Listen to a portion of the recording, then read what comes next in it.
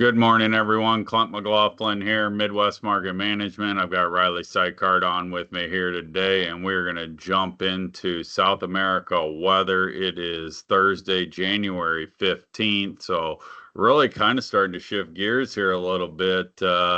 Riley, I mean, as far as northern Brazil or the northern growing region, harvesting beans, getting them off the field, out of the way, rolling, fixing to start rolling in with planters, start putting the Safrinha corn crop in. Meanwhile, down in southern Brazil and Argentina, we still have quite a bit of weather ahead of us that's important for the first crop. So, well, there's just a lot of things going on down there. What do we have in store for us here weather-wise? Just some small tweaks from what we were looking at Tuesday, Clint.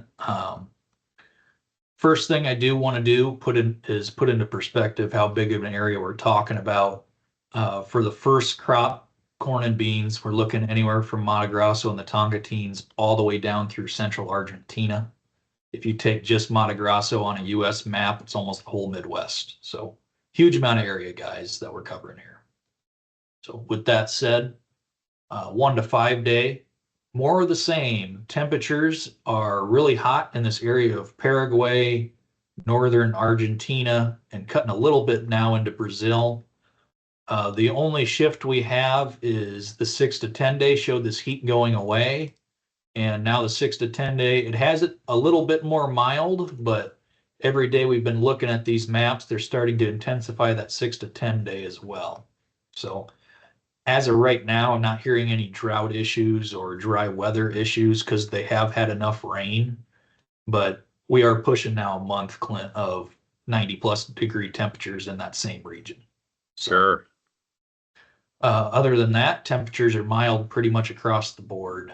Um, Switching over to the rainfall side, the last 2 weeks, been just some really mild rains coming here and there all week. So these maps are just getting darker and darker. Especially as we look to the north. Last 2 weeks, Mato Grosso been very, very wet, but that's not a bad thing for them. They can handle that rainfall year in and year out. So, You would think there would be some areas that, I mean, with harvest going on, I mean, I don't know about you, but I don't think 6 inches of rain's ideal for harvest conditions.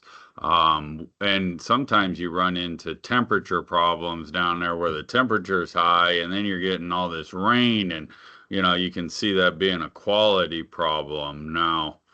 And it very well could be a quality problem this year, Riley. I haven't heard a ton about it, but one thing that I always try to remind producers, and when we start talking quality loss, yeah, it's there, but they're gonna blend beans. There's plenty of beans around to blend them with, and quality usually ends up becoming a basis issue and not so much a front end futures type of a scenario. and the other thing to remember too for these guys is it's not like here in the US where a lot of beans can be kept locally. 85% of these beans don't have a home to go to. There's not much on farm storage. So they'll find any way they can, like you said, to blend it and get it moving because they don't have the ability to keep all this stuff around. So Sure. it's gone pretty quickly. But back to a lot of rainfall in that Mato Grosso region. It can slow them down for a few days, but their soil and the way they work, they can take that water and be combining or doing whatever they need to do within a week. It's a Yeah. pretty quick turnaround there. So moving on, the 1 to 5 day, uh, some rain now in western Argentina that showed up, and eastern Brazil. That number looked a little heavier on Tuesday, but that's just because the rain has started to fall. Doesn't sound like it's any barn burners, just some slow rain that's just continuing to fall. But other than that, 1 to 5 doesn't look very different than Tuesday. 6 to 10 is where it's still looking interesting in Argentina and southern Brazil. It's really dry. So is that going to be a trend that comes? We'll have to wait and see.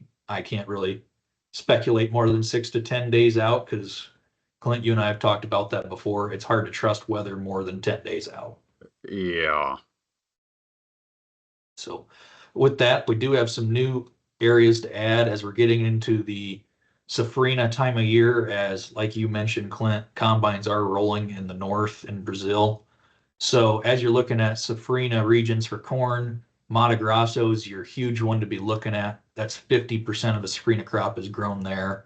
Other key regions, Paraná, Goiás, and Mato Grosso do Sul, and that's making up just shy of 90% of the Safrinha crop. So I do have some more zoomed in maps of those regions. Looking first Mato Grosso and Goiás, which would be directly to the east. This is looking at temperatures over the next 2 weeks put together, and 80-degree temperatures, Clint, 70-degree temperatures. Yeah, I mean, the seed hits the ground and goes boop and starts growing. There's no waiting 2 weeks to see if it germinates. Yep, and with all the rainfall they've had, nobody's holding out for rains like they do some years. I mean, as quickly as the beans are getting out of the field, they're turning right around and planting corn into it. Sure. So temperatures, good as it gets. Rainfall over this is just the next week.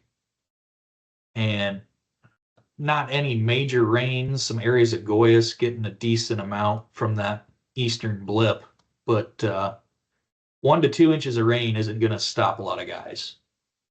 So not really any issues right now, as we're still very early into the Safrinha crop. I mean, less than 5% planted on all accounts. So we're a little bit early to the party, but never too soon to be looking at this stuff. Yep, for sure.